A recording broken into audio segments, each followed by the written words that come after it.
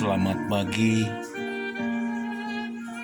selamat beraktivitas buat pagi hari ini.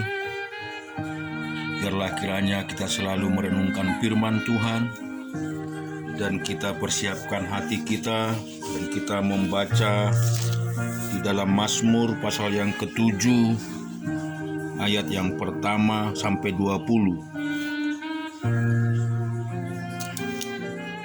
Sesungguhnya Allah itu baik bagi mereka yang tulus hatinya, bagi mereka yang bersih hatinya. Tetapi aku sedikit lagi maka kakiku terpeleset, nyaris aku tergelincir, sebab aku cemburu kepada pembual-pembual. Kalau aku melihat kemujuran orang fasik, sebab kesakitan tidak ada pada mereka, sehat dan gemuk tubuh mereka. Mereka tidak mengalami kesusahan manusia, dan mereka tidak kena tulah seperti orang lain. Sebab itu mereka berkalungkan kecongkakan dan berpakaian kekerasan. Karena kegemukan kesalahan mereka menyolok, hati mereka meluap-luap dengan sangkaan. Mereka menyindir dan mengata-ngatai dengan jahatnya. Hal pemerasan dibicarakan mereka dengan tinggi hati. Mereka membuka mulut melawan langit dan lidah mereka membual di bumi. Sebab itu orang-orang berbalik kepada mereka, mendapatkan mereka seperti air yang melimpah-limpah. Dan mereka berkata, bagaimana Allah tahu hal itu? Apakah pengetahuan pada yang maha tinggi? Sesungguhnya itulah orang-orang fasik. Mereka menambah harta benda dengan senang selamanya. Sia-sia sama sekali aku mempertahankan hati yang bersih dan membasuh tanganku, tanda tak bersalah. Namun sepanjang hari aku kena tulah dan kena hukum setiap pagi. Seandainya aku berkata, aku mau berkata-kata seperti itu, maka sesungguhnya aku telah berkhianat kepada angkatan anak-anakmu. Tetapi ketika aku bermaksud untuk mengetahuinya, hal itu menjadi kesulitan di mataku, sampai aku masuk ke dalam tempat kudus Allah dan memperhatikan kesudahan mereka. Sesungguhnya di tempat-tempat licin kau taruh mereka, kau jatuhkan mereka sehingga hancur. Betapa binasa mereka dalam sekejap mata, lenyap habis oleh karena kedahsyatan, seperti mimpi pada waktu terbangun. Ya Tuhan, padamu pada waktu terjaga rupa mereka kupandang hina. Di dalam Lukas 9 ayat 18 sampai 27. Pada suatu kali ketika Yesus berdoa seorang diri, datanglah murid-muridnya kepadanya, lalu ia berkata kepada mereka, kata orang banyak, siapakah aku ini? Jawab mereka, Yohanes Pembaptis. Ada juga yang mengatakan Elia. Ada pula yang mengatakan bahwa seorang dari nabi-nabi dahulu telah bangkit. Yesus bertanya kepada mereka, menurut kamu, siapakah aku ini? Jawab Petrus, Mesias dari Allah. Lalu Yesus melarang mereka dengan keras supaya mereka jangan memberitahukan hal itu kepada siapapun. Dan Yesus berkata, anak manusia harus menanggung banyak penderitaan dan ditolak oleh tua-tua imam-imam, kepala dan ahli-ahli Taurat, lalu dibunuh dan dibangkitkan pada hari ketiga.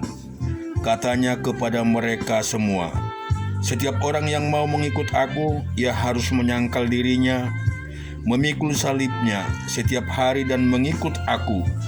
Karena barang siapa mau menyelamatkan nyawanya, ia akan kehilangan nyawanya.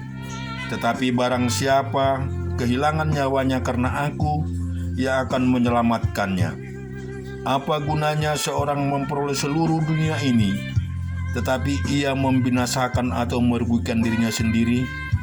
Sebab barang siapa malu karena aku dan karena perkataanku, Anak Manusia juga akan malu karena orang itu apabila ia datang kelak dalam kemuliaannya dan dalam kemuliaan Bapa dan malaikat-malaikat kudus. Aku berkata kepadamu, sesungguhnya di antara orang yang hadir di sini ada yang tidak akan mati sebelum mereka melihat kerajaan Allah. Di Ulangan 17 ayat 14 sampai 20. Apabila engkau telah masuk ke negeri yang diberikan kepadamu oleh Tuhan Allahmu dan telah menduduki dan diam di sana, kemudian engkau berkata, Aku mau mengangkat raja atasku seperti segala bangsa yang di sekelilingku. Maka hanyalah raja yang dipilih Tuhan Allahmu yang harus kau angkat atasmu. Dari tengah-tengah saudara-saudaramu, haruslah engkau mengangkat seorang raja atasmu, seorang asing yang bukan saudaramu, tidaklah boleh kau angkat atasmu. Hanya janganlah ia memelihara banyak kuda, dan janganlah ia mengembalikan bangsa ini ke Mesir untuk mendapat banyak kuda. Sebab Tuhan telah berfirman kepadamu, janganlah sekali-kali kamu kembali melalui jalan ini lagi. Juga janganlah ia mempunyai banyak istri, supaya hatinya jangan menyimpan emas dan perak pun jangan ia kumpulkan terlalu banyak. Apabila ia duduk di atas tahta kerajaan, maka haruslah ia menulis bagian salinan hukum ini menurut kitab yang ada pada imam-imam orang Lewi. Itulah yang harus ada di sampingnya, dan haruslah ia membacanya seumur hidupnya untuk belajar takut akan Tuhan Allahnya, dengan berpegang pada segala isi hukum dan ketetapan ini untuk dilakukan, supaya jangan ia tinggi hati terhadap saudara-saudaranya, supaya jangan ia menyimpang dari pemerintah itu ke kanan atau ke kiri, agar lama ia memerintah ia dan anak-anaknya di tengah-tengah Israel. Amin. Firman berkata bahwa barang siapa yang mau mengikut Yesus, dia harus memikul salibnya dan mau menderita oleh karena Yesus. Dan kadang kita diolok, dibenci, dan juga kita merasa dijauhkan. Tapi itulah yang dikatakan firman Tuhan.